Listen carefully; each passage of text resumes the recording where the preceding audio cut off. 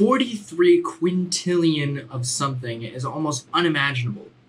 Like, completely. Like, it's difficult to imagine even 1 billion or 1 million even.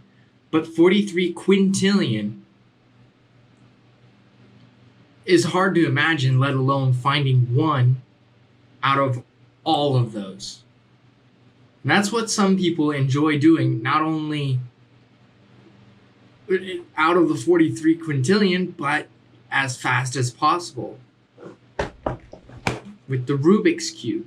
The Rubik's Cube has 43 quintillion solutions, but people that try solving it don't think about that. They only know the one solution and try and finish it for what it is. There's only one solution, there's only one answer, and people enjoy solving that. Before doing the research for this, I didn't really understand.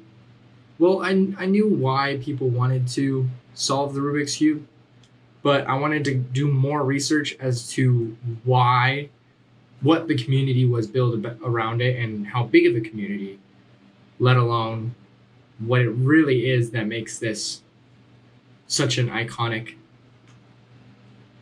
puzzle, per se. So, some brief history. The Rubik's Cube was invented by Erno Rubik, who was a Hungarian inventor, architect, and professor of architecture. During his time as a teacher, he built this cube as a way to demonstrate 3D models to his students. Basically, what he did is, without the stickers, you're still able to turn it and make, no matter what you do to this cube, no matter how many times you turn it, it'll always stay the same. And so by placing stickers on it, he was able to find it and then realize that it was a puzzle. There was no original purpose to create this to be a puzzle. And yet, it became an iconic piece of the 70s culture. And is by far the most recognizable puzzle in the history of the world. So, anybody that can solve the Rubik's Cube is called a cuber. Or not anybody, but I think the people that take the time to want to do it, called cubers. Anybody that takes the time and the effort and competes, relatively, whoever takes the time and effort to do it as quick as possible is called speed cubers. And these speed cubers have competitions around the world, almost on like professionally Olympic level, where people dress up, they have sponsors, they get paid to go to these places to do it as fast as possible. And the average age of people that are competing is 20. So some of these people are kids with sponsors getting paid to do these things as fast as possible. There have been speed cubers on television, on the radio, in movies, all these different places, just because they know how to solve it. So my original motivation is, why solving a puzzle? Why is solving a puzzle so appealing to so many people? So I did the research and I found some interesting answers. This one states that it improves your hand-eye coordination, your hands to move rapidly, but at the same time you need to exhibit certain control over the fingers. Professionals have to be able to turn it like 15 to 20 times a second, like full movements and full turns, and that's rough. That's hard, and obviously it takes a lot of time and effort. It's easy to learn. I mean, probably in the first little bit, I'm gonna figure that out, whether that's true or not. 20 minutes a day for 1 to 2 weeks. I don't know. Impress people. I'm sure a lot of these people are not doing it for this purpose, but hey, I guess it's a perk. Memory. You'll need algorithms, brain memory. What else do you use memory for? To remember them at first. After that, it turns into the thing called flesh memory, where it's actually your hand remembering the moves. I was watching a video, a very interesting documentary, which I can put in the link in the description, speed cubing documentary.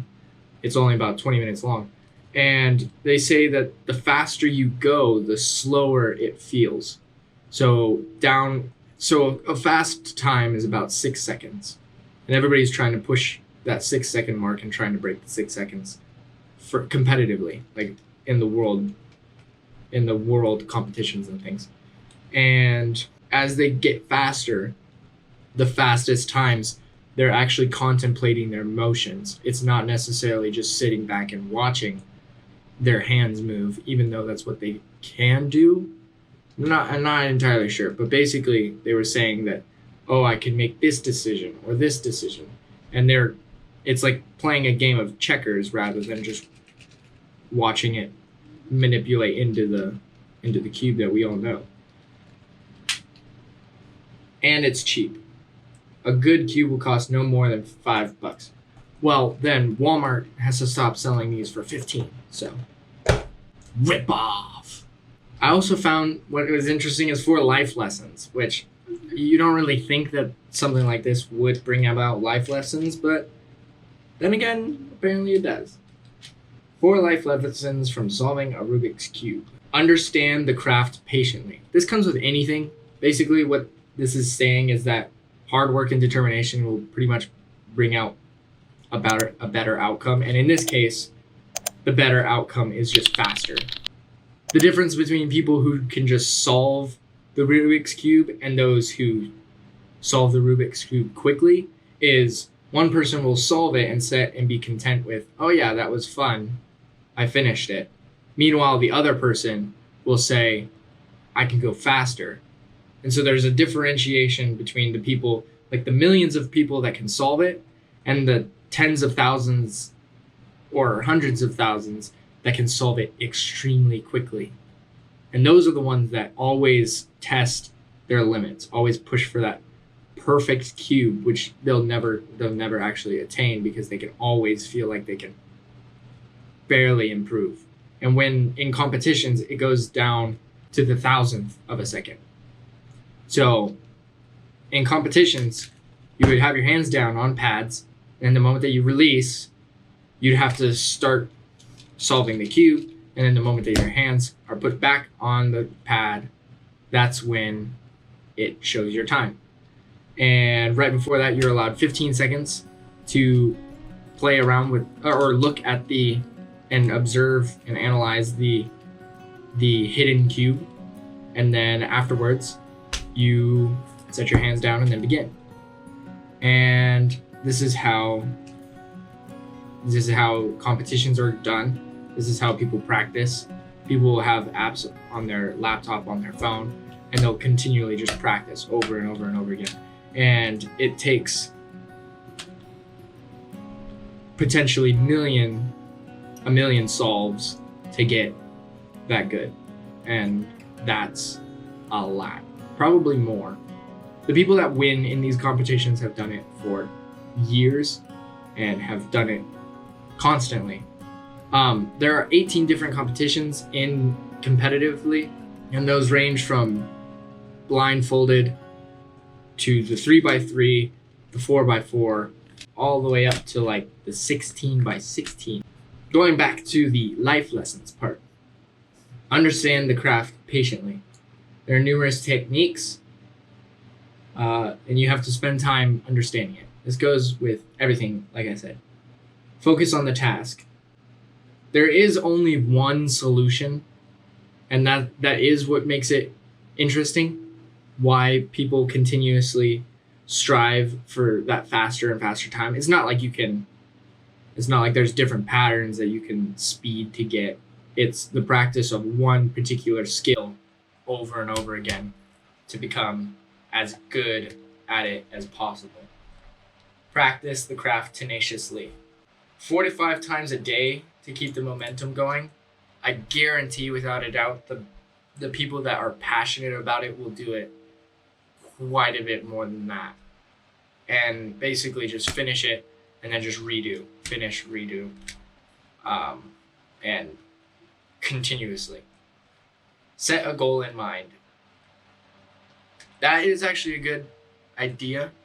Uh, I just was planning on solving it originally, but there's an entire community, an entire culture of these people that enjoy going faster. It's so the people that become passionate about this are not passionate to put the cube together as is.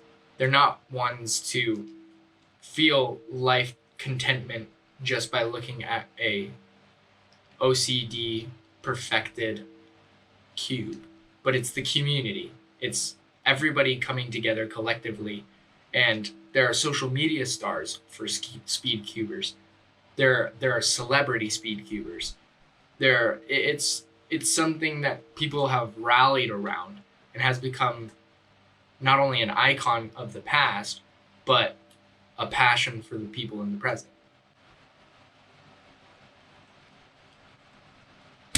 Let's give it a shot.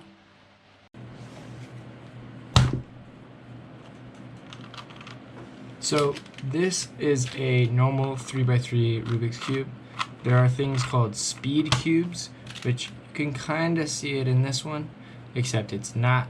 Where the middle parts are kind of rounded, and it slightly has more give, so that when you rotate it with it at a slight degree, it'll push itself to turning, so it's less likely to lock up. I'm going to follow the tutorial and just figure out how it goes. So I'm going to be using rubikscube.org, which is the official website for the Rubik's Cube. And then I'm going to come over here and press English.